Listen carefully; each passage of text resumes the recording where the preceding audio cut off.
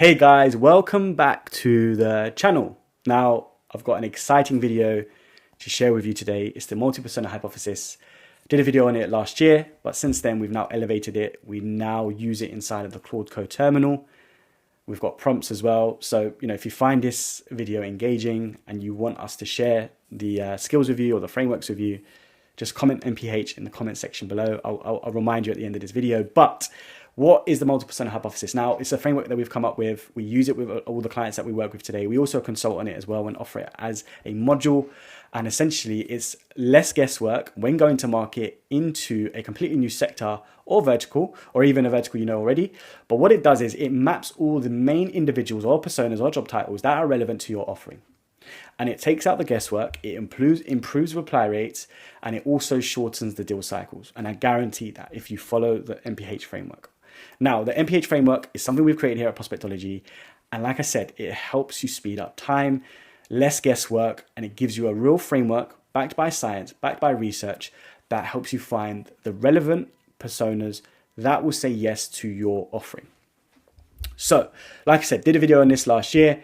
It's on my YouTube channel, but we've now elevated it since then. And I love to use this stat, but Gartner says now there are now 5 to 7 key stakeholders involved in the buying process. Now, the bigger the organization, the more true that is. Now, the bigger the organization, the more complex it is. We then hence end up having more chefs in the kitchen that have to sign off in different functions for different reasons. But if we're selling to enterprise and mid-market, this framework is so relevant. And it will speed up time, and it will give you better reply rates, and it will help you shorten deal cycles as well. So 5 to 7 people now involved in the buying process or the buying decision process. Now, the original framework essentially led with the competitor case study. So if I was, for example, selling a solution similar to Stripe or Adyen, they are a competitor in the space, and they've got loads of case studies, which is full of data. So what this framework does is it uses research, it uses data sources, and it helps us build up a picture on who are the most relevant personas. So when we are doing our outreach, it's not a shot in the dark. We're actually reaching out to people that hold the budget or are relevant for different reasons. And I'm going to explain that throughout the video. But first and foremost, we look at competitor case studies. We can deploy an agent to go on their competitor website, pull off as many case studies as possible. Now, this is where we streamline this as well. We can use a Claude Code, or we can use an AI agent, like I said to you before, to go ahead and actually do that research for us, pull in that information that's relevant to find the individual leaving a case study. So everybody leads with social proof, right? So if you're a big organization, you have loads of social proof on your website, guaranteed, and you'll always see an individual and their job title, let's say Joe Blogs at Prospectology, or wherever the company is, leaving a quote to say, Stripe is the best company in the world. They help us do X, Y, Z, but they always leave their job title of that organization. So we lead with that, a case study. Every quote leaves a job title and leaves us a little bit of a breadcrumb, right? And that's the first part of the framework. And we taught that in the last previous video that we did last year about the multi-persona hypothesis, but we've now expanded it and elevated that now and added a few more bits to it. But the idea is we find every single individual that has to say yes to our solution in a different ways. Now, 5 to 7 personas, like according to Gartner's research, now involved in the buying committee. And we have 5 personas. And in my experience of outbound over the last 8 years, these are the main personas that typically get involved in the buying deal. So you have the main decision maker who owns the budget. They're typically the person that's going to sign the deal. It could be a CEO, founder, director, MD, or a CFO, for example, that signs the deal. They have the budget. They are the budget owner. Or then we have a champion. So these typically are the ones who are leaving the case studies on your competitors' websites. Then we have a technical buyer. So if you're selling a SaaS solution or something technical or a fintech solution, a technical buyer needs to get involved, look at the APIs, for example, and actually explain, okay, how much resource is going to be put into this project? Or do the APIs actually look good? Do we have a sandbox environment? Can we play around with it? Can we test it? A technical buyer will be involved if we're selling, let's say, a SaaS solution, something technical. They would have to give their eyes on it, put their eyes on it. Then we have an influencer. This could be procurement, it could be compliance, it could be product, especially when you're selling a payment solution. Do they have enough risk appetite? If you're selling a payment solution, does your own procurement team or compliance team are able to accept this type of company? And then you have the end user. These are the individuals that will be using your solution every single day, whether it's a payment solution or wherever it is, or SaaS solution.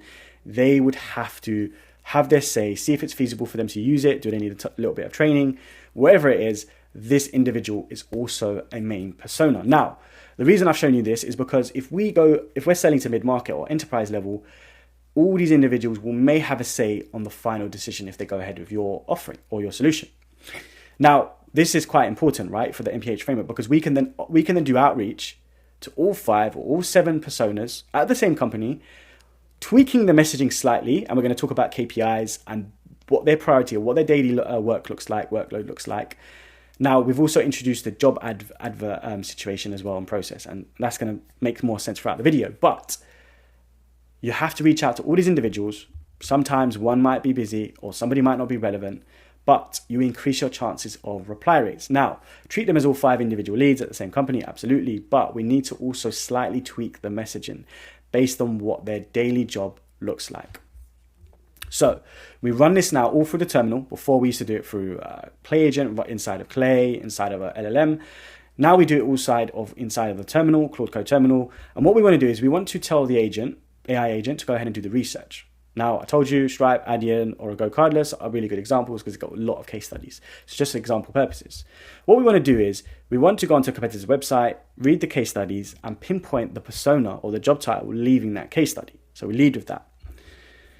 Then what we want to do is, obviously, we've embedded a something which makes, or something that ensures that the LLM or the AI agent hasn't just made up this quote or case study. It needs to be backed by real information that they found on that competitor's website.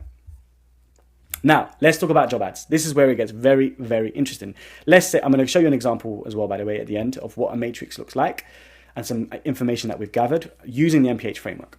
But now what we want to do is now read some job ads. And we can use PredictLeads, we can use their stack to really pull in some job ads or LinkedIn data. So what we want to do is, everybody treats hiring as a buying signal. So this came to me 6 months ago, right? So why don't we actually look at adverts and see if anybody mentions, one, the job title, who they report to. We also get to see if they're mentioning any types of tools, which is pretty cool, right? So if they're mentioning a Stripe or an Adyen, this could be a big signal as well. And then also, what are they measured on? What is that particular job title measured on? Is it measured on a number of different signups, revenue savings, if it's a CFO or a head of operations? Maybe it could be how quickly they do their sprints, or they implement a new technology. I don't know. But what we do is we use the job titles that we can use using PredictLeads or another data source to really back the data one step further. So it's not just looking at competitor case studies. We now look at job ads in that particular sector as well to look at, like I said, who are individuals reporting to, number one, what tech stack they're using. Again, that's really important for messaging. And lastly, what are they measured on? What are their KPIs measured on? So we can actually use that as part of the messaging as well. It's pretty cool. We figured that out. And again, this is just to give you a bit of a flavor. SMBs typically have less than 100 staff, mid-market, so on and so forth.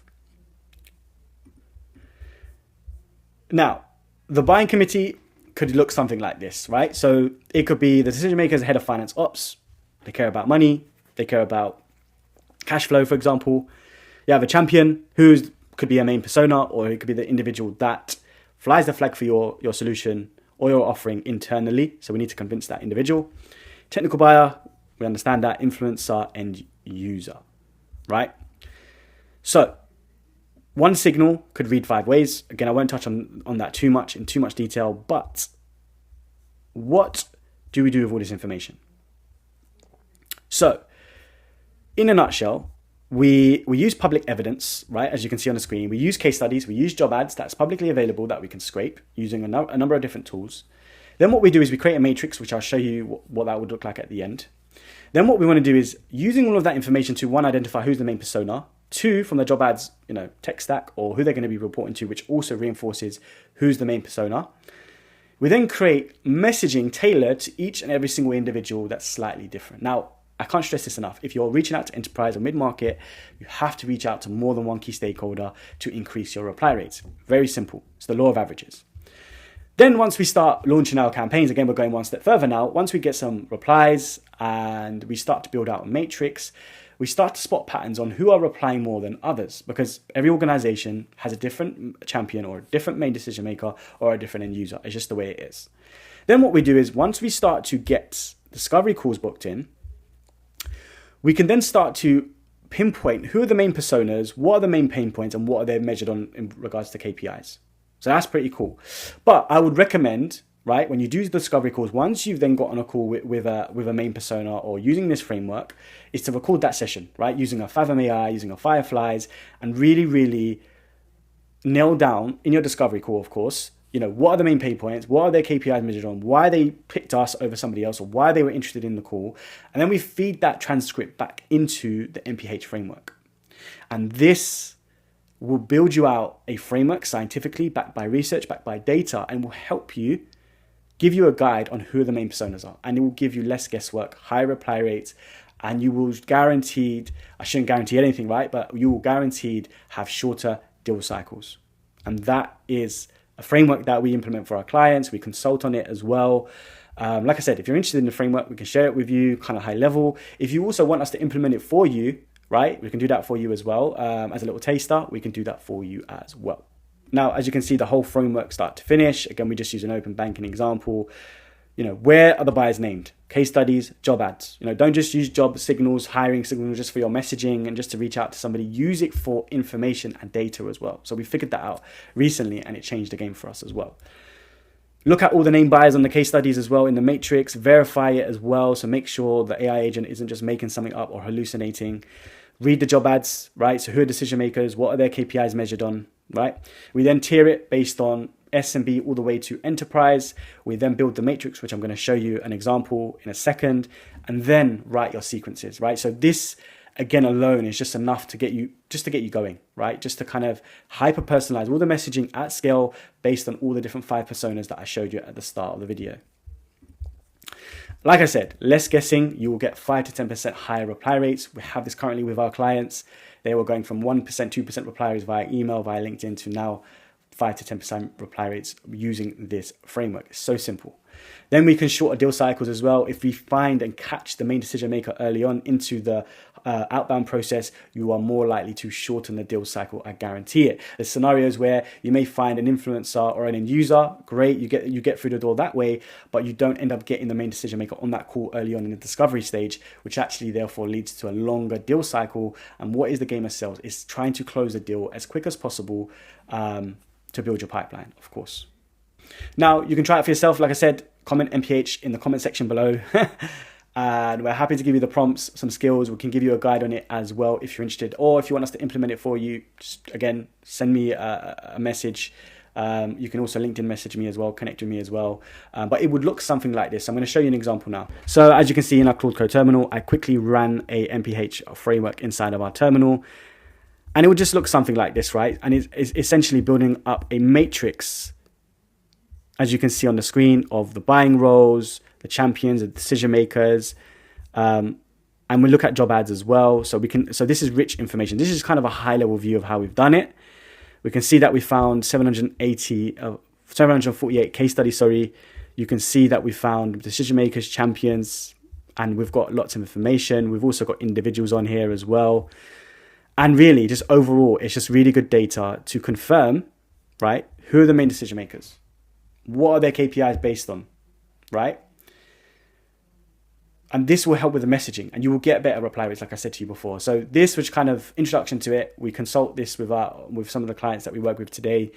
Happy to give this to you for free. Drop me a message in the section below. This is a game changer. Now, we've come up with this framework and it's improved our own reply rates. It's improved it for our own clients as well alike. And it's just using science to back it up, right? It's just using science to back up what's out there for less guesswork, and it will help you go to market in a completely new sector without having to trial and error for the 1 month, 2 month, 3 month. It will speed up time, efficiency, it will get you more reply rates, guarantee that, and it will help shorten the deal cycles. Now, if you enjoyed the video and you enjoyed the framework, comment MPH and I will share our framework with the framework with you high level. Smash the like button if you liked it. We're trying to do more videos like this as well, but this was a great introduction to the MPH framework, the multi-persona hypothesis framework. We've elevated it since last year. We now use it inside of the Claude Code terminal. Smash the like button, leave a comment below, and I'll catch you in the next video.